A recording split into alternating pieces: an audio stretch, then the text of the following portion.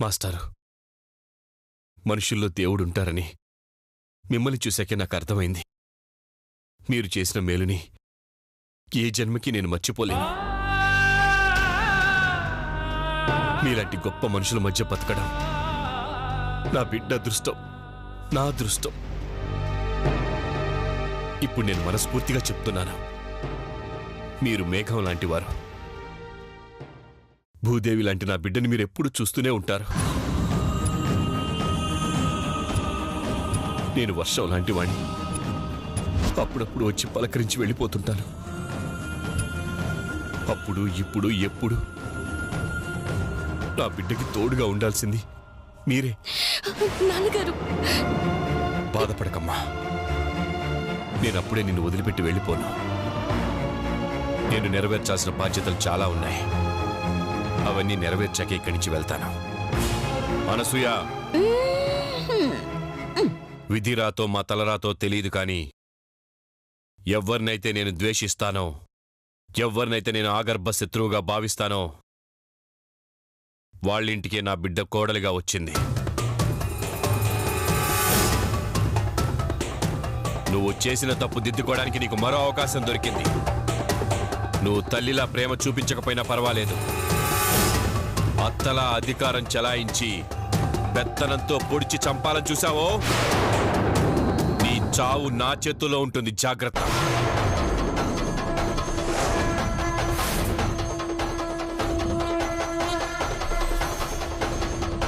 ఆవిడంత scene లేదు నాన్నగారు. నాకు అనసూయ కుటుంబానికి ఈ రోజుతో సంబంధం తెగిపోయింది. ఆవిడ నాకు అత్తగారు కాదు, నేను ఆవిడకి కోడల్ని కాదు. వాళ్ళిద్దరిని మన ఇంట్లో నుంచి వెళ్ళిపోమని చెప్పండి. ఆవేశపడొద్దమ్మా. ఏం చెయ్యాలో, ఎవరిని ఉంచాలో, ఎవరిని ఇక్కడి నుంచి పంపించాలో నేను తేలుస్తాను.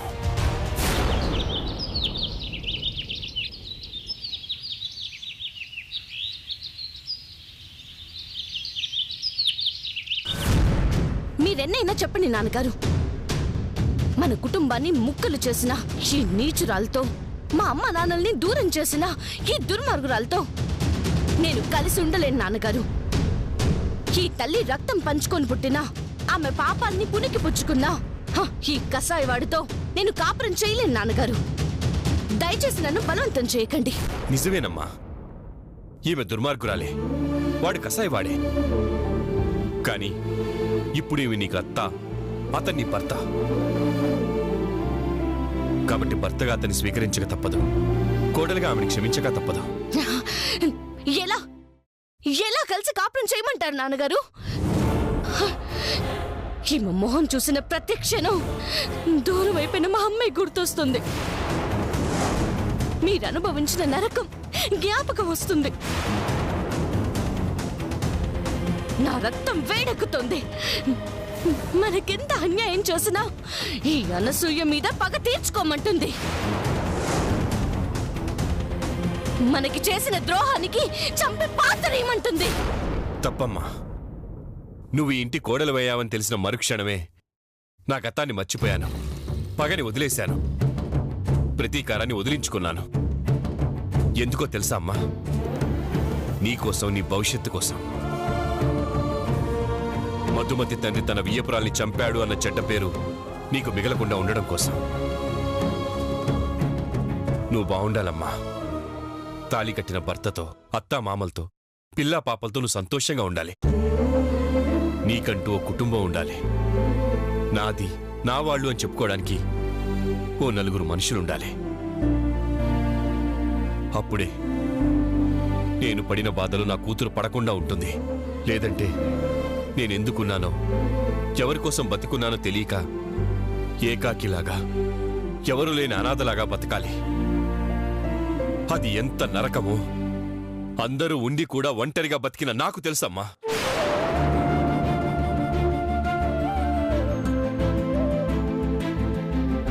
నీకా పరిస్థితి రాదు, రానివ్వను. కానీ నేను వెళ్తూ ఉండలేను నాన్నగారు. నేను మీతోనే వచ్చేస్తాను. వచ్చి ఏం చేస్తావు? చెట్లు పుట్టలు పట్టుకొని పిచ్చిదాలా నాతో పాటు కలిసి తిరుగుతావా? ఎవరూ లేని అనాథలాగా మిగిలిపోతావా?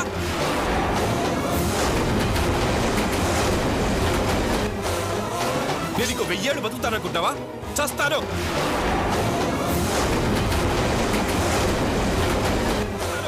అయ్యో నాన్నగారు,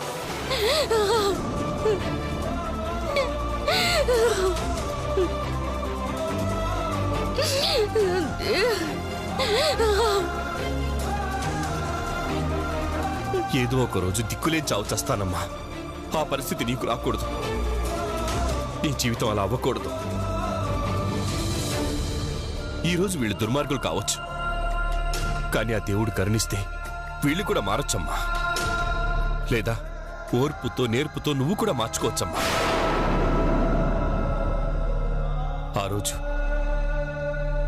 ఆ రోజు దుర్మార్గురాల్లా కనపడిన ఈ అనసూయే నీకు దేవతలా కనిపించొచ్చు. కసాయి వాళ్ళ కనిపిస్తున్న నీ భర్తే కరుణామయుళ్ళ కనిపించొచ్చు. అప్పుడు వీళ్ళంతా నీకు దూరం అయితే ఏం చేస్తావమ్మా? ఎవరితో కలిసి ఉంటావు? అందుకే నీ నిర్ణయం మార్చుకోమ్మా. ఏంటి సార్, మధు మారేదేంటి? అది ఒప్పుకున్నా నేను ఒప్పుకోను. అయినా ఇలాంటి రాక్షసుతో నేను కాపురం చేయను. రేయ్, మధు నా కూతురు కాబట్టి అర్థమయ్యేలా తనకి సర్ది చెప్తున్నాను. అదే రూట్లో నువ్వు రావాలని చూసావో, నా రూట్లో నేను వస్తాను. ఆ తర్వాత అమ్మా కొడుకులు ఇద్దరికి దిమ్మ తిరిగిపోద్ది. అయ్యోయ్యో, అంటే ఆ అమ్మాయికి ఇష్టం లేదు అని అంటుంది కదండి. అమ్మాయి సంగతి వదిలేయ్. నీకిష్టమా లేదా? అయ్యో, ఇష్టమే ఇష్టమే ఇష్టమే. అయితే నోరు మూసుకొని నిలబడండి. బాగుంది సార్, చాలా బాగుంది. కూతుర్ని బతిమాలుతున్నారు, అల్లుడిని భయపెడుతున్నారు. ఏం సార్, మా మనోభావాలు చెప్పుకునే స్వేచ్ఛ మాకు లేదా? ఎందుకు లేదు? నీ మనోభావాలు నువ్వు చెప్తే ఆ తర్వాత నా మనోభావాలు నేను చెప్పాల్సి ఉంటుంది. చెప్పమంటావా? మీ మనోభావాలా? ఏంటో అవి? నువ్వు చేసిన వెధవ పనులకి నా అల్లుడివి అన్న ఒకే ఒక కారణంతో నిన్ను క్షమించి వదిలేశాను. ఇప్పుడు నువ్వు ఆ అల్లుడి సంబంధం తెంచేస్తే నేను నీ కాళ్ళు చేతులు విరిచేయాల్సి వస్తుంది. అవే నా మనోభావాలు. అయ్యా, మీ మనోభావాలు ఇంత వైలెంట్ గా ఉంటాయని తెలియక ఏదో సరదా కన్నాడు. అంతేనండి. మీరు ఒప్పుకుంటే వీడికి ఎలాంటి అభ్యంతరమూ లేదు. కాస్త నోరు మూసుకోరా, అది ఎలాగో ఒప్పుకోదు కదరా. చెప్పమ్మా, గతాన్ని మర్చిపోతున్నావుగా? వీళ్ళని క్షమిస్తావుగా? వీళ్ళతో కలిసే ఉంటావుగా? అవును, వీళ్ళు చేసిన పాపాల్ని మర్చిపోతున్నాను. ఈమెని క్షమిస్తున్నాను. కానీ ఇప్పుడు కాదు. మరి ఈ అనసూయ చచ్చాక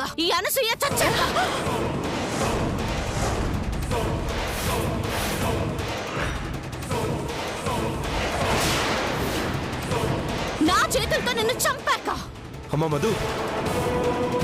అవును నాన్నగారు, ఇన్నాళ్ళు మీరు జీవోత్సవంగా బతకడానికి కారణం ఈ అనసూయ. నా తల్లి కనబడకుండా పోవడానికి కారణం ఈ అనసూయ. డబ్బు కోసం మన జీవితాలతో ఆడుకున్న ఈమె చస్తే తప్ప నాకు మనశ్శాంతి రాదు. నేను క్షమించలేను.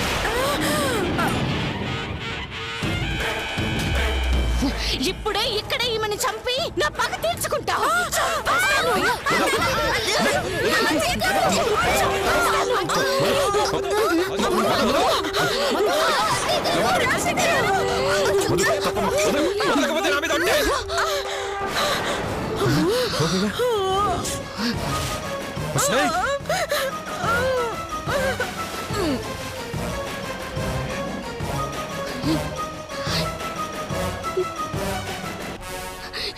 ఎందుకు ఆపారు నాన్నగారు? నాలో ఆవేశాన్ని ఎందుకు చంపేస్తున్నారు? మృగాలే ప్రాణాలు తీస్తాయమ్మా, మనుషులు ప్రాణాలు పోస్తారు. నా బిడ్డ ఆవేశంలో మనిషి అన్న నిజం మర్చిపోకూడదని ఆపాను. పగ వల్ల ప్రాణాలు పోవడం తీయడం తప్ప ప్రయోజనం ఉండదని ఆపాను. అయితే నన్ను చంపేయండి నాన్నగారు. అవును నాన్నగారు, శత్రువుకి కోడలుగా ఆమె కొడుక్కి భారీగా బతకడం కంటే నా తండ్రి చేతుల మీదుగా చావడమే నాకు సంతోషం. చంపండి నాన్నగారు. ప్రాణం పోసిన మీరే నా ప్రాణాలు తీసేయండి. తీసేయండి నాన్నగారు, తీసేయండి. తీసేయండి తీసేయండి నాన్నగారు, తీసేయండి. ఏంటమ్మా ఇది? నీకు పిచ్చి పట్టిందా? ఏంటి పగ? ఆ మాత్రం పగ నాకు లేదా? కత్తి పట్టి తల్లి కొడుకుల తలలు నరికి రక్తం పారించాల్సిన నేను నోరు మూసుకొని ఎందుకున్నానో తెలుసా?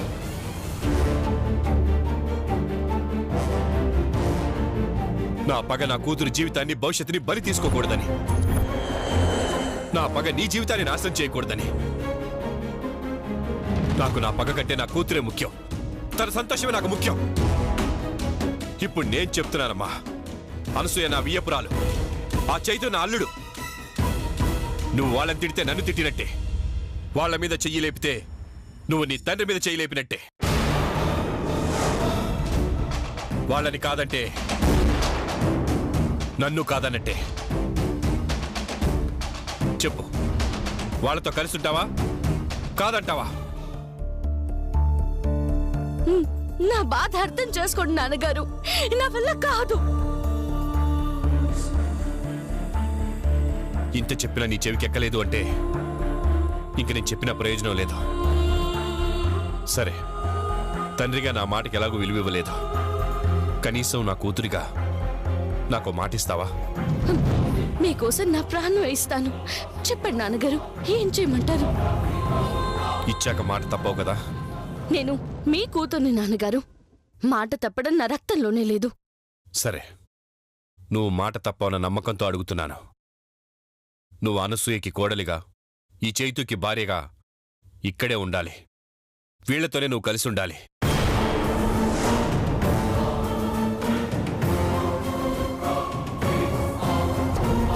అదే నా కోరిక. తీరుస్తావుగా?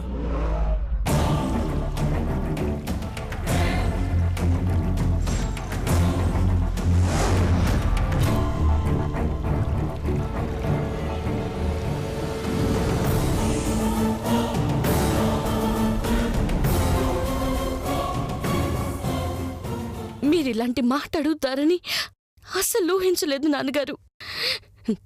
ఇచ్చిన మాటకి కట్టుబడి వీళ్లతోనే ఉంటాను.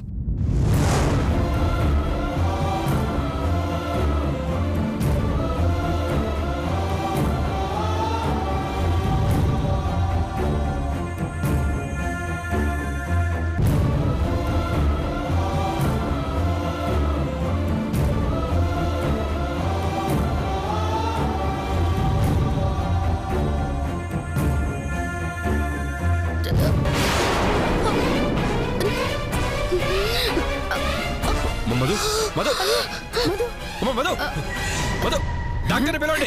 పిలుస్తానండి. అయ్యో, డాక్టర్ని పిలవండిరా. పిలవండి.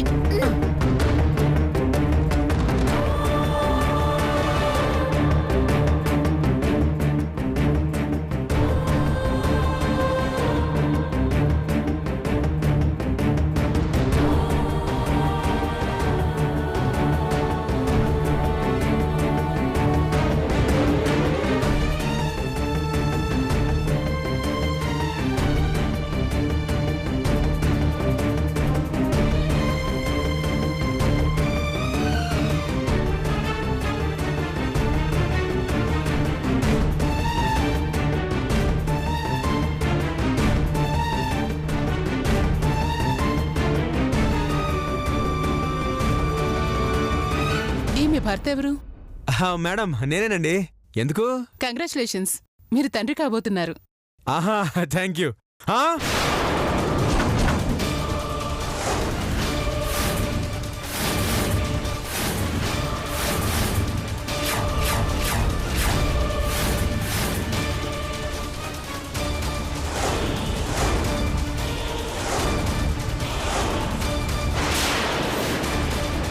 ఏం డాక్టర్, నేను తండ్రిని కాబోతున్నానా? నో, అబద్ధం. మీరు అబద్ధం చెప్తున్నారు. డాక్టర్ గారు, మీరు చెప్పింది అబద్ధం కదూ? డాక్టర్ గారు అబద్ధం ఎందుకు చెప్తారమ్మా? అవునమ్మా, మీరు నెల తప్పారు. ప్రస్తుతం మీకు 3వ నెల.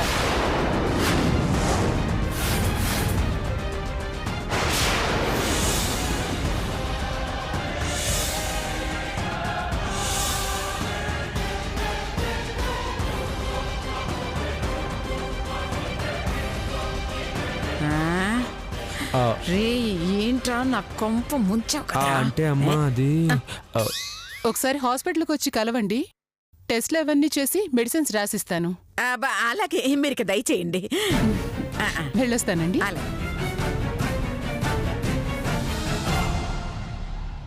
కష్టాలొచ్చినా సుఖాలొచ్చినా వరుసగా వస్తాయంటే ఏమో అనుకున్నాను. అది నిజమని ఇప్పుడు అర్థమవుతోంది.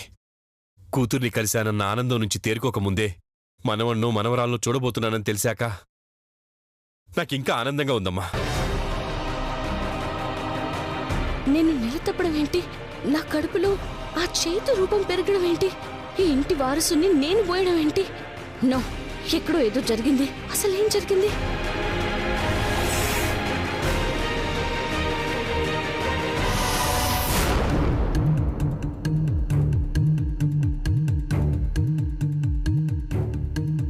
చేతుతో నిజం చెప్పించాలని ఎన్నిసార్లు ట్రై చేసినా ఎలాగో తప్పించుకుంటున్నాడు. లాస్ట్ మూమెంట్ లో అత్తయ్య గారు వచ్చి కాపాడుకుంటున్నారు. ఆయనతో నిజం చెప్పించాలంటే ఒక్కటే మార్గం. అయ్యో,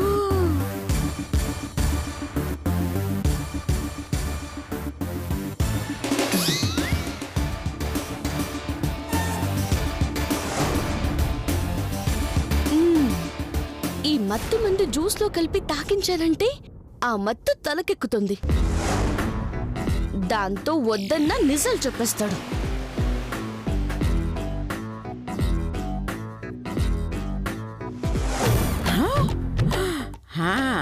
ఛాలెంజ్ లో గెలవడానికి నువ్వు ఈ రూట్ లో వస్తున్నావా?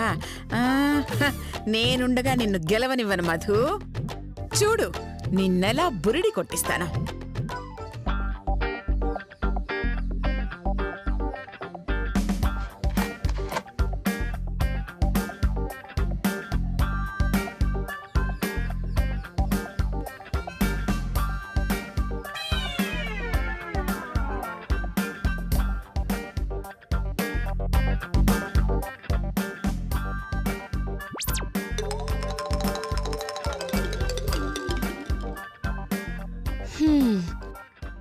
ఈ మందు తాగడం, నిజం చెప్పడం, అత్తయ్య గారు షాక్ అవ్వడం కన్ఫర్మ్.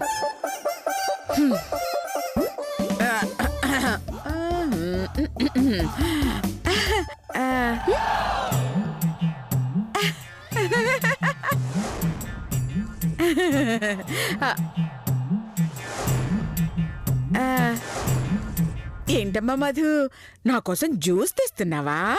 అయ్యో, మీకోసం కాదత్తయ్య గారు, మల్లి కోసం. ఓ అలాగా. మళ్ళీ ఇప్పుడే జ్యూస్ తాగిందమ్మా. నాకివ్వు, నేను తాగుతాను. ఇది మల్లి కోసమే స్పెషల్ గా తయారు చేశాను అత్తయ్య గారు. మల్లికే ఇస్తాను. సరే సరే, అలాగే ఇవ్వమ్మా.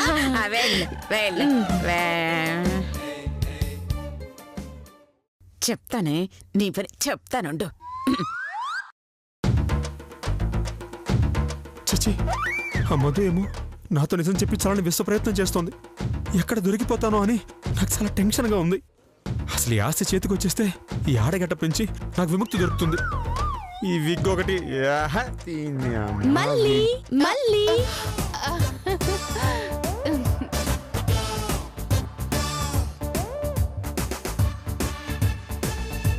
ఇదేంటి నా రూమ్కి వచ్చింది?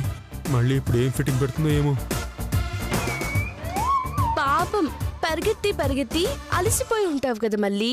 ఈ జ్యూస్ తాగు. జ్యూసా? ఏంటిది సడన్ గా నా మీద ఎంతలో చూపిస్తోంది? అది నిజంగా జ్యూసేనా లేకపోతే ఇంకేదైనా కలుపుకొచ్చిందా? డౌట్ వచ్చినట్టుంది, అందుకే ఆలోచనలో పడ్డాడు. ఏంటి మళ్ళీ ఆలోచిస్తున్నావు? తాగు. నాకిప్పుడు తాగాలని లేదు, రేపు తాగుతానులే మధు. నువ్వు తాగకపోతే నేను ఫీల్ అవుతాను. తాగాల్సిందే మళ్ళీ. ఇప్పుడు తాగక తప్పదా? ఒక్కసారమ్మా ప్లీజ్. ఇట్లా పట్టుకుంది, వదిలేలా లేదు. కర్మ, ఇప్పుడు తాగితే ఏమవుద్దో ఏంటో. సరే ఇవ్వు. తీసుకో.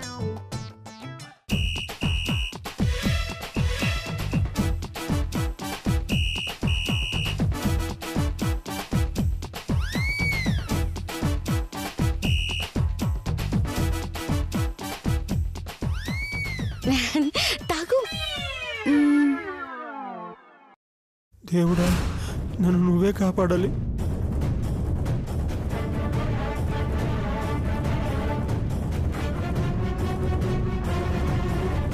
అమ్మ మళ్ళీ ఒక్కసారి ఆగమ్మా. పాపం మధు నీ మీద ఎంతో అభిమానంతో ప్రేమతో స్పెషల్గా తయారు చేసి తెచ్చిందంట. అంత మంచి జ్యూసు నువ్వు ఒక్కదానివే తాగితే ఎలాగమ్మా? మధుకు కూడా కాసింత ఇవ్వాలి కదా.